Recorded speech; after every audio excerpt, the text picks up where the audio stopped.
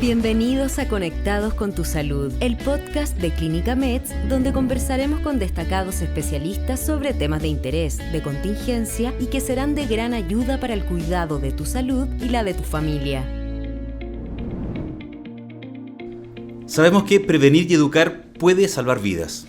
Y hoy queremos abordar un tema de gran relevancia junto a dos destacados médicos de Clínica Meds, el ataque cerebrovascular. ¿Cómo prevenirlo? ¿Cómo abordarlo? ¿Cómo se relaciona un poco el trabajo entre un neurocirujano y un neurólogo?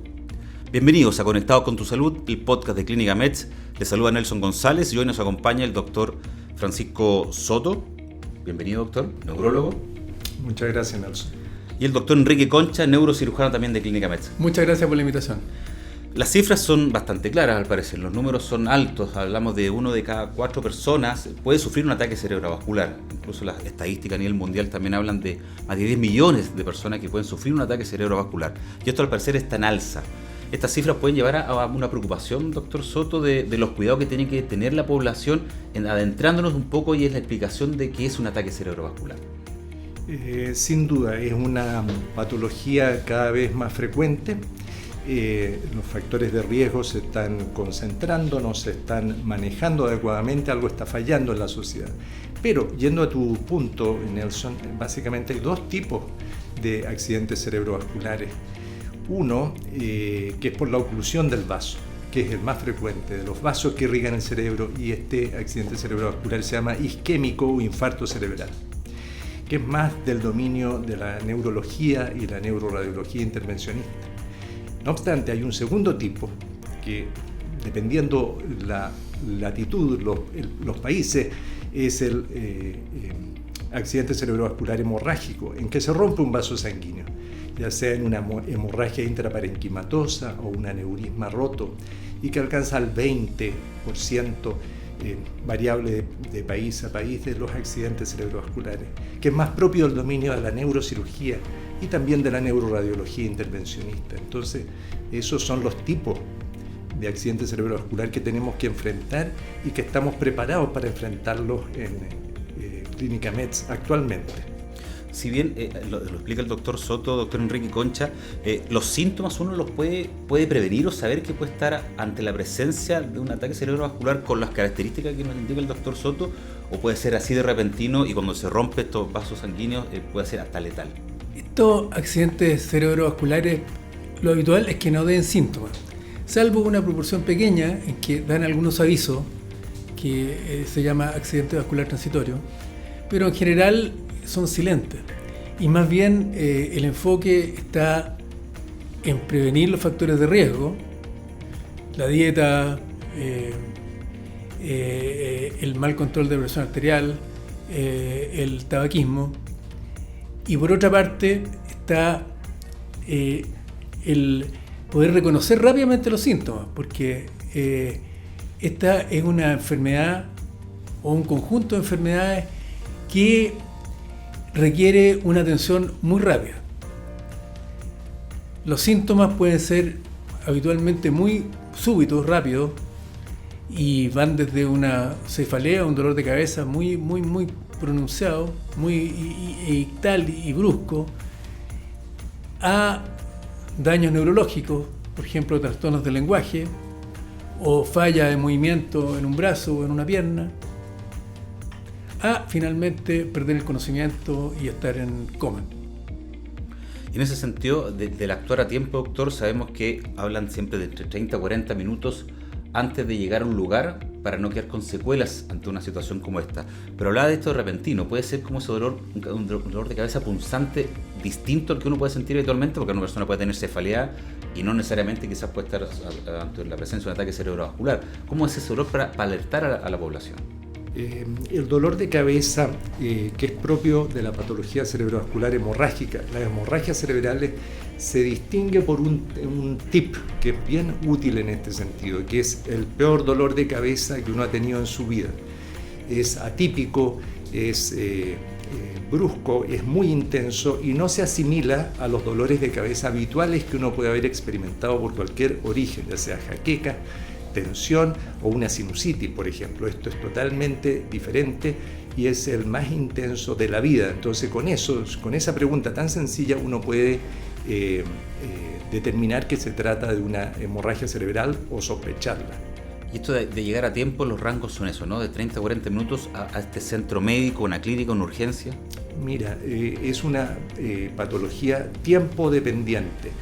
Y quiero complementar la respuesta del doctor Enrique Concha en el sentido de que en la sociedad anglosajona se ha creado el acrónimo FAST, como rápido, veloz, porque da 4 síntomas: face, la F, A de arms, de los brazos si uno está débil, S de speech, si hay disartria o una voz traposa, y finalmente la T de fast es de time, es decir, el tiempo es cerebro aquí. Y efectivamente lo que tú dices es súper relevante porque se dispone de horas para el manejo de estos cuadros. Y lo que es más relevante aún es que mientras menos horas, mejor. Los primeros 4.5 horas el accidente isquémico puede ser trombolizado, en las primeras 24 horas puede ser trombectomizado, que es sacar por hemodinamia, por un catéter este coágulo. O sea, es tremendamente tiempo dependiente, pero no hay que abusar de esas 24 horas, sino que mientras antes se haga, mejor el resultado y menores secuelas. Así que los 30 minutos que tú preguntas, Nelson, son óptimos. Es un tiempo de rescate óptimo, casi soñado. Ojalá fuera siempre así. Es decir, yo creo que para la población y tiene que ser súper claro no esperar a que quizá llegue una ambulancia, sino que es actuar rápido y llegar a este recinto asistencial. Y lo otro, para complementarlo también el doctor Concha, hablaba de hemodinamia. En Clínica Mets obviamente tenemos todos los equipos necesarios y que es bueno que la población sepa que ante una situación de este tipo, con las características que dice el doctor Soto, pueden llegar a la urgencia de Clínica Mets. Para resolver este problema de forma adecuada y no tener secuelas, es fundamental llegar a un centro donde esté todo el equipamiento, por una parte, y por otro lado donde exista un equipo de salud que esté muy bien coordinado, de tal manera que los tiempos sean rápidos y que las maniobras, ya sea los exámenes, como los gestos terapéuticos, sean rápidos y eficientes. En Clínica Mets, por supuesto, tenemos un servicio de urgencia con médicos que están calificados para atender estos casos en atención primaria. Posteriormente tenemos neurólogos que son capaces de evaluar a los pacientes. Tenemos todas las imágenes que son fundamentales para el diagnóstico de este tipo de lesiones. Tenemos una suite de neuroradiología intervencionista con 4 destacados neuroradiólogos que son capaces de diagnosticar lesiones y además tratarlas. Y finalmente tenemos un equipo de neurocirujanos que son capaces de resolver estos problemas cuando requieren una intervención. Posteriormente viene el manejo de UTI, en que nosotros estamos preparados para atender el postoperatorio de estos pacientes o atender a los pacientes que han sido trombectomizados, por ejemplo, manejarlos médicamente de tal manera de estabilizarlos. Usted hablaba de algunos casos, aprovechando que es neurocirujano. ¿Cuándo hay una intervención quirúrgica y en qué consiste una intervención quirúrgica de este tipo? Las intervenciones quirúrgicas para el stroke son básicamente de 2 tipos. Uno son los stroke hemorrágicos y los otros son los stroke oclusivos, que producen un infarto. La intervención más típica en un infarto, llamado el infarto maligno, cuando llegamos tarde y la mitad del hemisferio cerebral, habitualmente derecho, tiene un infarto y se hincha y va a matar al paciente, y en esos casos uno puede hacer una craneectomía descompresiva que permite que el cerebro se hinche sin que el paciente se muera. En las hemorragias cerebrales existen varias situaciones en que nosotros intervenimos. Las hemorragias pueden producir hidrocefalia y pueden requerir la medición de la presión intracraneana, y en ese caso nosotros cooperamos con la instalación de catéteres y con el drenaje de la circulación de líquido y recuperarla.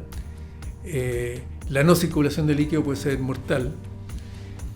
Podemos también intervenir, y esto es algo que ha sido recién demostrado últimamente, podemos intervenir sacando coágulos que están comprimiendo el cerebro con técnicas mínimamente invasivas, de tal manera de mejorar el pronóstico vital y el pronóstico funcional. Las hemorragias cerebrales tienen una mortalidad alta. Y finalmente podemos tratar malformaciones vasculares como aneurismas y malformaciones arteriovenosas, excluyéndolas de la circulación.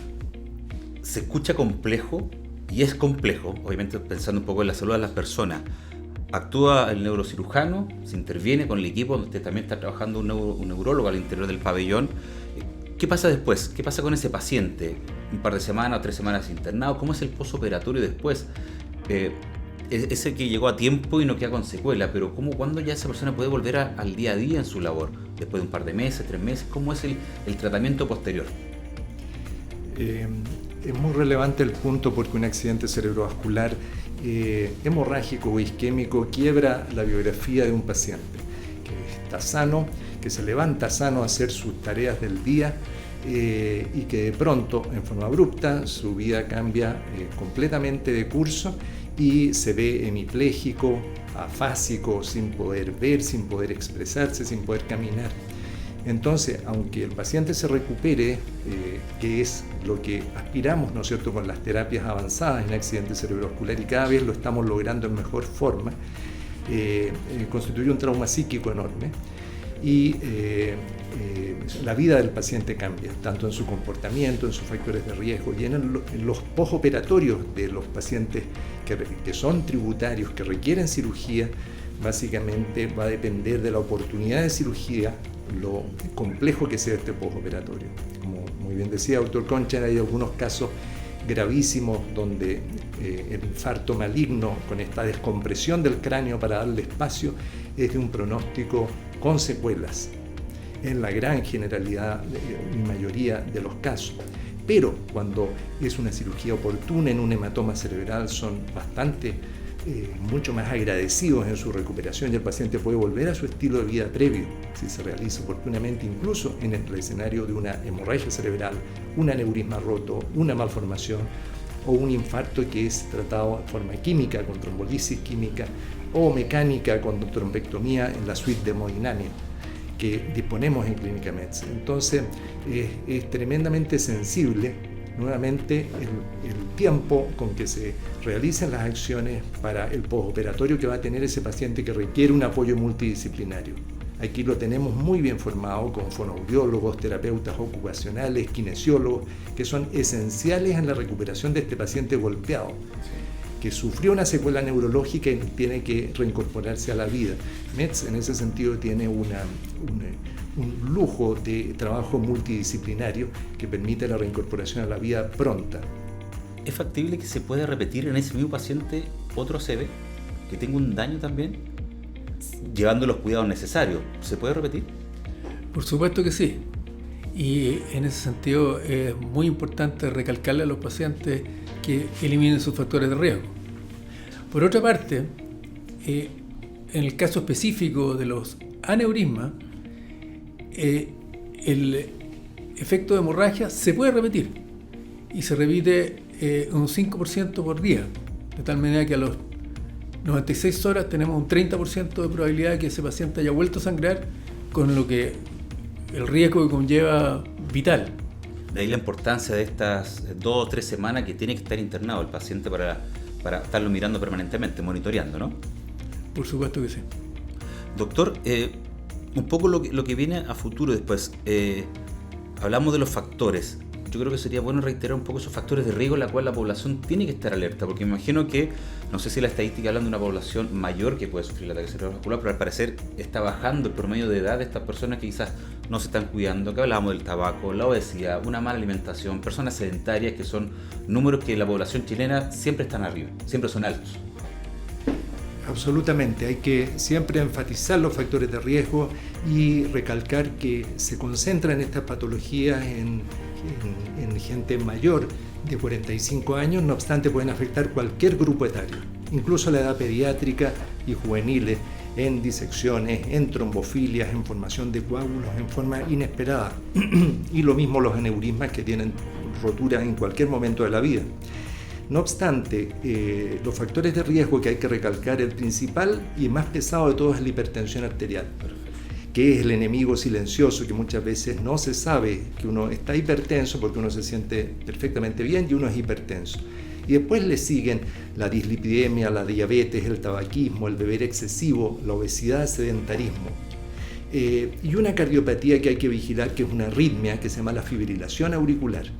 Esa arritmia, si está presente, si uno nota que el pulso está irregular, debe ser de consulta inmediata cardiológica, porque es fuente de coágulos desde el corazón y la posibilidad de ocluir arterias cerebrales.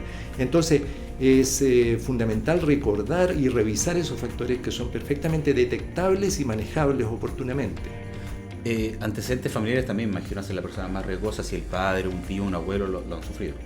Absolutamente, el factor genético siempre está presente y esa es la verdadera medicina de precisión. También es típico que algunos pacientes dicen, oye, si yo conozco gente que no se cuida de nada y no tiene esto, y están muy bien dotados genéticamente, no obstante, no hay que correr ese riesgo, ¿no? Hay que manejar los factores de riesgo independiente de la carga genética y más aún si hay carga genética en la familia. Doctor Concha, un poco las cirugías complejas que tienen que ver con nuestro cerebro les tocan ver, me imagino, permanentemente a ustedes, las que nos están llegando seguramente con la población, que ellos tengan la seguridad que se puede actuar a tiempo llegando al lugar preciso también, me imagino. ¿A cuántas cirugías, me imagino, también estamos relacionados a ustedes? Porque estamos hablando ahora de este ataque cerebrovascular. ¿Qué otro tipo de cirugías también son las que estamos llevando a cabo en este trabajo multidisciplinario con los neurólogos y parte del equipo? Nosotros llevamos un matrimonio en el pabellón con neurología, con la neurofisiología intraoperatoria, que es fundamental. Y eso nos permite abordar temas como la cirugía vascular, que es lo que estamos conversando hoy. Nos permite abordar los tumores cerebrales y los tumores de base de cráneo. Cada nervio, cada estructura del cerebro pueden ser monitorizadas, medidas de tal manera que el cirujano, si de pronto hay alguna situación en que hay un gesto que hace que el cerebro te conduzca menos, o la médula espinal, el neurólogo, en este caso el doctor Soto, que probablemente tiene la experiencia más grande en Chile y en Latinoamérica de este tipo de monitoreo, el doctor Soto avisa al cirujano y el cirujano cambia su estrategia quirúrgica. Están así, o sea, esta relación de hermandad, de matrimonio que también habla el doctor Concha, se da dentro, obviamente, del pabellón cuando uno está con un paciente no es tan compleja, me imagino, ¿no? Absolutamente, es el objetivo final es realizar una cirugía lo más completa posible, una resección tumoral, por ejemplo, lo más exhaustiva posible, llegando a los límites de la extracción tumoral, no obstante sin pérdida de función neurológica y tratando que el paciente tenga la menor cantidad de secuelas neurológicas. Y esa es, ¿no es cierto?, esta interrelación que hay entre neurocirugía y neurofisiología intraoperatoria, en que el doctor Concha dispone de microscopía de última generación, puede ver las estructuras con toda claridad, pero hay cosas que no se pueden ver, como la función, los axones que llevan las funciones motoras y que se pueden determinar con sofisticadas técnicas que estamos haciendo aquí. Una de ellas es la medición de la vía motora en la médula espinal, antes del tumor o arriba del tumor y bajo el tumor, la vía motora, y podemos ver segundo a segundo cómo está conduciendo esa vía motora, incluso en presencia de relajo muscular. Es una cosa que parece mágica, pero efectivamente permite limitar la resección a la medida de la función neurológica para preservarla en la mejor forma posible. En este capítulo estamos conversando sobre ataque cerebrovascular y de alguna manera el trabajo que realizan en pabellón los neurocirujanos, los neurólogos para salvar vidas de las personas. Para ir cerrando, clave es actuar a tiempo, con rapidez ante estos síntomas que ya nos conversaban ustedes de ese dolor intenso, de dolor de cabeza, no verlo como algo normal, que por si ha sufrido otras veces la persona una cefalea, por ejemplo, sino que actuar a tiempo, que eso salva vidas, ¿no, doctor? Exactamente, actuar a tiempo y escoger un lugar cercano y que tenga todas las condiciones para poder tratar este grupo de enfermedades.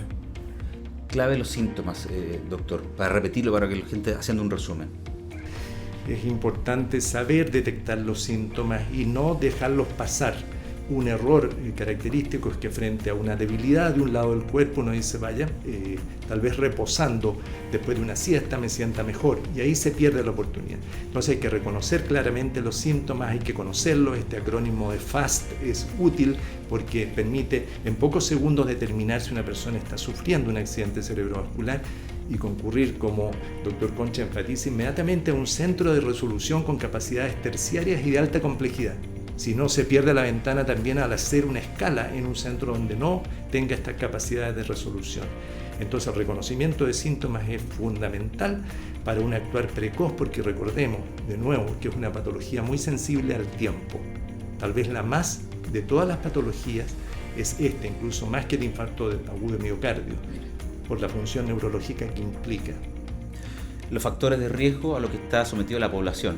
Hablamos de sedentarismo, ¿cuál es otro donde la población tiene que estar atacándola permanentemente si queremos cuidar la salud de las personas? Alimentación, Balanceada. Control de la presión arterial, abolir el tabaquismo, El sedentarismo, ejercicio el alcohol, y controlar enfermedades crónicas. el tema de la hipertensión, la diabetes específicamente. Justo, y las dislipidemias, que es la elevación de colesterol y grasa sanguínea. Entonces eso es fundamental.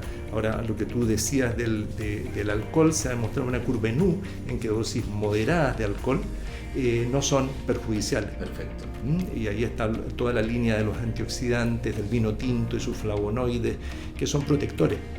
Pero en dosis excesivas, ¿no es cierto?, de destilados o del mismo vino tinto, esto puede transformarse en un factor de riesgo, tanto hemorrágico como isquémico.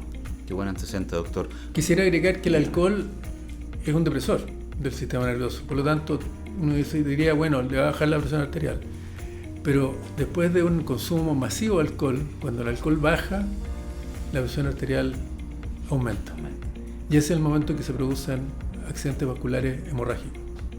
Yo le quiero agradecer a ambos la presencia, el doctor Francisco Soto, destacado neurólogo, jefe del área de neurología también de Clínica Mets, el neurocirujano, el doctor Enrique Concha, también el jefe del área de neurocirugía, que trabajan con un equipo multidisciplinario para resolver todas estas patologías y esta tan grave como es el ataque cerebrovascular.